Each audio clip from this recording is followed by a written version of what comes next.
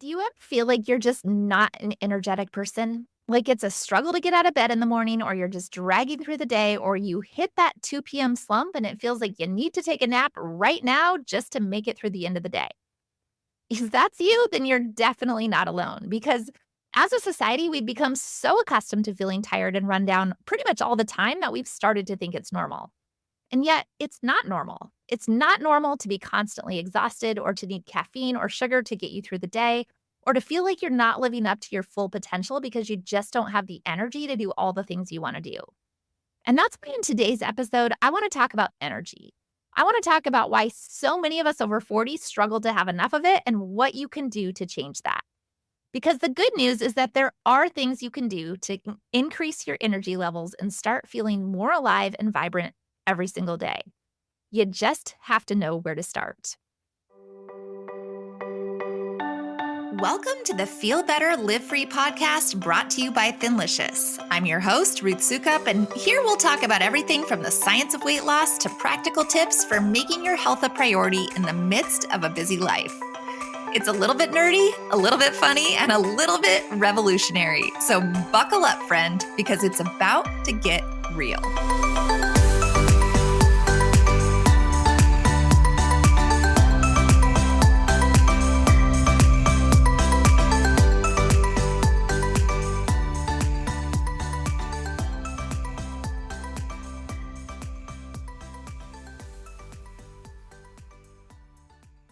Hey there, and welcome back to the Feel Better, Live Free podcast. Once again, my name is Ruth Sukup, and I'm the founder of Thinlicious and the creator of the Thin Adapted System, as well as the New York Times bestselling author of 7 books. And I am also a 46-year-old woman who knows all too well what it's like to feel exhausted and run down because you just don't have enough energy to do all the things you want to do. Because the truth is that I haven't always been an energy powerhouse. In fact, I used to be the exact opposite of that. I used to be the girl who could barely drag herself out of bed in the morning and who needed at least 2 cups of coffee just to be able to function. I used to be the girl who would hit that 2 p.m. slump and feel like I needed to take a nap right now or I wouldn't be able to make it through the rest of the day. And honestly, it wasn't just that I was tired all the time. It was that I felt like my lack of energy was holding me back in so many ways. It affected my mood and my productivity and my motivation. It was affecting my ability to be present for my family and for my kids and my ability to go after those big goals and dreams and all the things that I wanted to do with my life. And maybe you can relate to that. Maybe you're in a similar place right now where you just don't feel like you have enough energy to do all the things that you want to do. Or maybe you've been feeling that way for so long that you've just started to accept it as your new normal. But I want you to know that it doesn't have to be that way. You don't have to keep living your life on low energy. You don't have to keep struggling to get through the day. You don't have to keep feeling exhausted and run down all the time. Because the truth is that there are things that you can do to increase your energy levels and start feeling more alive and more vibrant every single day. And that's exactly what I want to talk about in this episode. But before we dive in, there's one quick thing that I do want to mention. And that is if you are new to this podcast and to Thinlicious in general and to the whole idea of a healthy lifestyle and how it can transform your health and your energy and your life, then I would love for you to join my next live training workshop where I will share some mind-blowing secrets on what it actually takes to lose weight and get healthy as a woman over 40, and then walk you through creating an actual plan to make it happen. If you've never attended a live workshop with me, you should know they are always super fun and jam-packed with so much good content. You will definitely want to take notes. But when you sign up, you will get an awesome workbook to go with the training that you can fill in. It's so good. And I don't think I said this, but the workshop is free. You just have to get registered, which you can do at thinlicious.com/workshop. So again, that URL is thinlicious.com/workshop. So definitely go get signed up for that. And then hopefully I will see you there. But for now, let's dive into this topic of energy and specifically what you can do to get more of it, especially if you're over 40 and feel like you're really starting to struggle in this area. So the first thing I want to talk about is why so many of us over 40 tend to have less energy than we did when we were younger. Because the reality is that it's not just in your head. There are actually a lot of physiological changes that happen in our bodies as we get older that can affect our energy levels. And one of the biggest factors that contributes to lower energy levels as we get older is a decrease in the production of certain hormones, specifically estrogen and progesterone in women and testosterone in men. And these hormones play a big role in regulating our energy levels. And when they start to decline, it can have a big impact on how we feel. In women, this decline in estrogen and progesterone usually starts to happen in our mid 30s and then accelerates as we approach menopause, which typically happens in our late 40s or early 50s. And for men, testosterone levels start to decline after the age of 30 and then continue to decrease by about 1% per year. And this decline in hormones is often associated with other symptoms like weight gain, low libido, and mood swings, all of which can affect your energy levels. Another big factor that can contribute to lower energy levels as we get older is a decrease in muscle mass, which is something that tends to happen naturally as we age. And this is a big deal because muscle is actually one of the most metabolically active tissues in our body, which means that it burns a lot of energy. So the less muscle mass you have, the lower your metabolism, the less energy you have. And then, of course, there are all the other lifestyle factors that can contribute to low energy levels, things like poor diet and lack of exercise and not getting enough sleep. And the reality is that as we get older, our bodies just don't bounce back from these things as easily as they did when we were younger. We can't stay up all night and then function the next day on just a few hours of sleep. We can't eat a bunch of junk food and expect to have the same level of energy. We can't sit on the couch all day and then have the energy to go out and do all the things that we want to do. So there are a lot of different factors that can contribute to all of that low energy as we get older. But the good news is that there are also a lot of things that we can do to help increase our energy levels and start feeling more vibrant and alive no matter what our age. So with that in mind, let's talk about some of the best ways to increase your energy levels, especially if you're over 40 and you feel like you're really starting to struggle in this area. And the reality is that there's no one size fits all solution, right? What works for one person might not be the ideal solution for someone else, but there are definitely some things that are worth trying and that can have a big impact on how you feel. So the first thing that I would recommend, and this is probably going to surprise you, but especially if you are a woman over 40, is to get your hormones checked. Because like I mentioned earlier, that decline in estrogen and progesterone that happens as we approach menopause can have a big impact on our energy levels, as well as a lot of other symptoms like weight gain and low libido and mood swings. And the reality is that a lot of women are suffering needlessly because they don't realize that what they're going through is actually a hormonal issue that can be treated. So if you're feeling like your energy levels are really low, and you're experiencing other symptoms like weight gain, low libido, mood swings, right, then it's definitely worth talking to your doctor about getting your hormones checked, even if it's just to establish a baseline of where you're at right now and what areas and what hormones you might need to be more focused on. And if your doctor is not willing to do that, or if they tell you that everything is normal, even though you don't feel normal, then I would probably recommend finding a functional doctor, one who's willing to look at your hormones as a holistic piece of your overall health. Because the reality is that there are a lot of things that can be done to help balance your hormones and increase your energy levels. You just have to find the right doctor who's willing to work with you on that from a holistic perspective. So if you are a woman over 40 and struggling with low energy levels, I would definitely recommend getting your hormones checked and finding a functional doctor who can help you with that as sort of a first step. The second thing I would recommend probably won't surprise you if you're a regular listener of this podcast because I'm so obsessed with it, but it's to focus on healing your gut, especially if you are over 40 and especially if you are struggling with low energy. And the reason for this is that our gut health is actually a huge factor in how much energy we have. In fact, our gut is often referred to as our second brain because it plays such a big role in regulating our energy levels as well as our mood and our immune system. And the reality is that a lot of us have what's called leaky gut, which is a condition where the lining of our intestines become damaged and allows toxins and undigested food particles to leak into our bloodstream. And this, in turn, has a huge impact on our energy levels, as well as contributes to a lot of other symptoms, things like brain fog and fatigue and digestive issues. So if you're struggling with low energy, then it's definitely worth looking into what it's going to take to heal your gut. And obviously, there are lots of different ways that you can do this. We talk about it on this podcast a lot. But some of the best things that you can do for your gut health is to eliminate processed foods and sugar from your diet and to focus on eating a lot of nutrient-dense whole foods. You can also take a high-quality probiotic and consider adding in things like bone broth and collagen, which are both really good for healing your gut.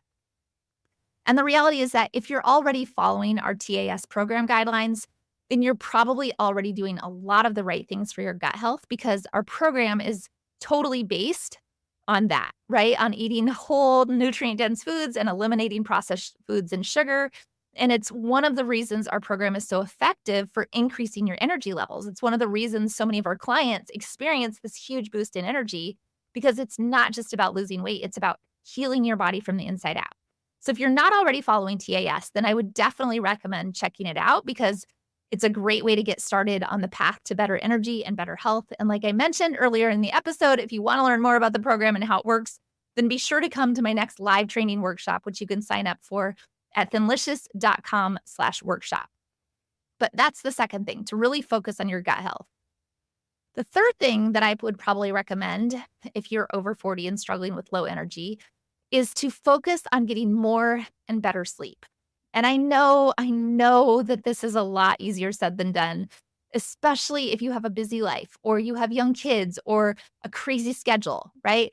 But sleep is so important for our energy levels as well as just for our overall health and well-being. In fact, sleep is often called the third pillar of health along with diet and exercise because it plays such a big role in regulating so many different functions in our body. And the sad reality is that as a society, we're just not getting enough sleep. In fact, studies have shown that the average person is getting 1 to 2 hours less sleep per night than they were 100 years ago. And that might not seem like a big deal, but over time, that lack of sleep can really start to add up and take a toll on our energy levels and our health. So if you're struggling with low energy, then one of the best things that you can do for yourself is to prioritize getting more and better sleep. And that really does mean prioritize, right? You have to make it a priority in your life and do whatever you can to create a healthy sleep environment and create good sleep habits. So things like going to bed at a reasonable hour and getting at least 7 to 8 hours of sleep per night might mean avoiding caffeine or avoiding alcohol in the evenings and turning off your screens at least a couple hours before bedtime. Means making sure your bedroom is dark and that you've turned the air conditioner way down so that it's cool and that you have a good mattress and pillows, right? There's a lot of very simple things that you can do to get a much better night's sleep. And if you're really struggling with sleep, then it's definitely worth talking to your doctor about that too, because there are a lot of different things that can affect your ability to get a good night's sleep. Things like sleep apnea to hormonal imbalances to stress and anxiety. And if you're not getting enough sleep, then all of the other things that you're doing to increase your energy level are not going to be as effective. So don't underestimate that, right? Don't underestimate the power of a good night's sleep. It's really one of the best things that you can do for your health and for your energy levels. The fourth thing that I would recommend, especially if you're over 40 and you're struggling with low energy levels, is to make sure that you are exercising regularly. And I know this might sound counterintuitive because when you're already feeling tired and run down, probably the last thing that you want to do is go for a run or hit the gym. But the reality is that exercise is actually one of the best things that you can do to increase your energy levels as long as you're doing the right exercise. And that's because when we exercise, it helps to increase blood flow. It increases oxygen to all the cells in our body, which gives us a big energy boost. It also helps to release endorphins, which are those feel-good hormones that help to improve your mood and give you more energy. And the more you exercise, the more you'll start to notice these benefits because your body will start to get used to it and you'll actually start to crave that feeling of energy and vitality that comes from a good workout. But when I say the right exercise, what I'm talking about is that it doesn't have to be anything super intense. Even just going for a 30-minute walk every day can have a huge impact on your energy levels. In fact, studies have shown that a brisk walk can be just as effective as a nap for boosting your energy. So if you find yourself hitting that 2 p.m. slump and you feel like you need a nap, maybe try going for a walk instead and see if that makes you feel better. And if you're not a big fan of traditional exercise, then just try to find something you enjoy. Maybe it's dancing, maybe it's swimming, maybe it's playing pickleball. The key is to find something that gets your body moving and your heart rate up because that's what's going to help increase your energy levels. But don't underestimate it, right? The power of exercise, it really does make a huge difference. The next thing that you can do to help give yourself more energy is to make sure that you're eating a healthy breakfast, what I like to call a power breakfast. And I know this might sound like a no-brainer, but the reality is that a lot of us either skip breakfast altogether or we don't eat a very healthy breakfast. And that can actually have a big impact on our energy levels and how we feel throughout the day. So, why is breakfast so important? Well, for starters, breakfast is literally breaking your fast, right? That's what breakfast means, break fast, which means it's the first opportunity that you have to fuel your body after not eating for 8 to 12 hours. And that fuel is important because it's what gives your body the energy that it needs to fuel you all day long. And just so you know, your breakfast, right? This time that you break your fast doesn't have to be first thing in the morning if you don't want it to be. Actually don't like to eat first thing in the morning. So most days I don't tend to break my fast until closer to lunchtime. But the important thing isn't the exact time you eat, but what you are actually eating for that very first meal of the day that will help set the tone for your energy levels the rest of the day. Suffice to say, not all breakfasts are created equal.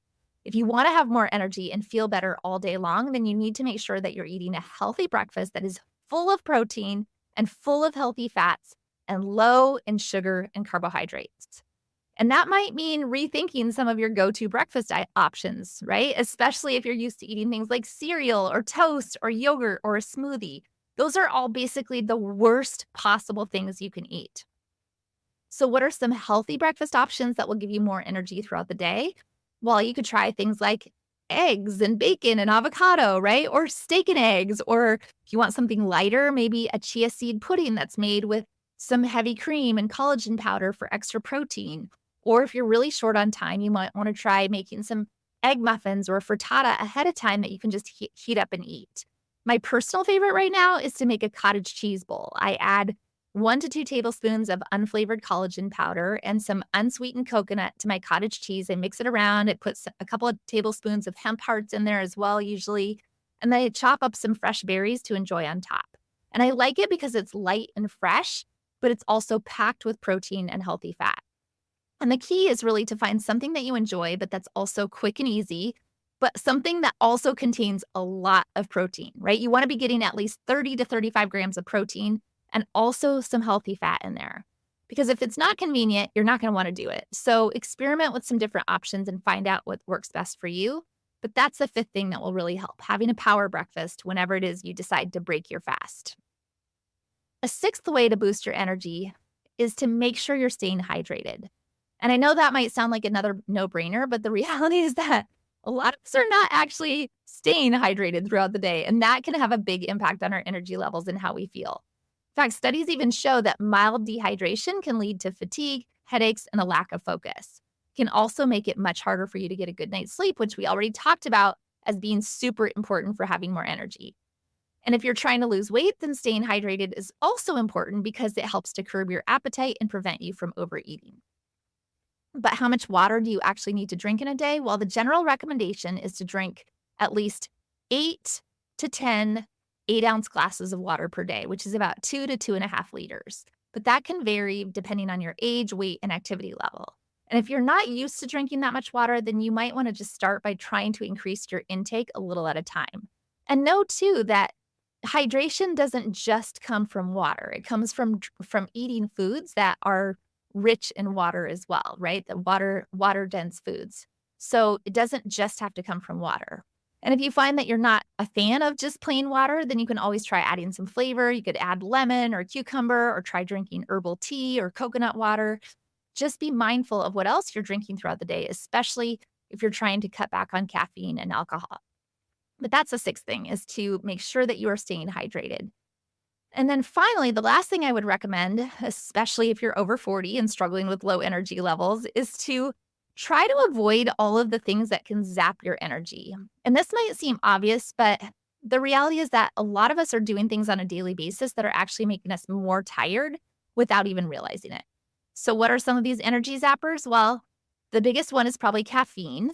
And I know this might be a little controversial, especially for all you coffee lovers out there, which I am too. But the reality is that caffeine is a stimulant, and while it can give you that temporary energy boost, it can also deplete your energy levels over time, especially if you're drinking it in large amounts. And the sad reality is that a lot of us are totally addicted to caffeine, and we can't function without that morning cup of coffee or that mid-afternoon latte. But if you're struggling with low energy, then you may want to try actually cutting back on your caffeine consumption and see how it affects you. Another big energy zapper is sugar. This probably won't come as a big surprise, especially if you've been listening to this podcast for a while, because I do talk about sugar a lot. But let's be real, right? Sugar is one of the worst things that you could put in your body, and it can have a big impact on your energy and all the other symptoms, things like weight gain and brain fog and fatigue. So if you are struggling with low energy, then it is definitely, definitely, definitely worth trying to cut back on your sugar intake and see how it affects your energy levels. And if you want more information on this, I recorded a podcast a few weeks ago about how to do a sugar detox. So I go way in depth on that. And I highly recommend listening to that episode if you haven't yet. And then, of course, there are other things that can zap your energy, like stress and anxiety and not getting enough sunlight, not taking time to relax and recharge. So try to be more mindful of just those things that you're doing on a daily basis that could be affecting your energy levels, even toxic people, right? So you want to pay attention to the things that make you feel better and avoid the things that make you feel worse, and see if there are any changes that you can make to help increase your energy. Ooh, so there you have it. 7 ways to increase your energy levels, especially if you are over 40 and especially if you are struggling with low energy. And like I said at the beginning of the episode, there is not really a one-size-fits-all solution. So what works for one person might not work for someone else. But the reality is that there are so many things that you can do to help increase your energy levels and start feeling more vibrant and more alive no matter your age. So don't give up and don't accept that this is just your new normal. Keep trying different things and see what works for you, because it's never too late to start taking care of yourself and prioritizing your health and well-being. Your future self will thank you for it, I promise.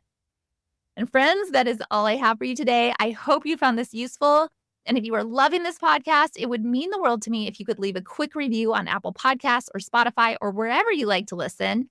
And while you're there, be sure to hit the subscribe button so you are always notified of new episodes. And then I will see you back here for another new episode very soon.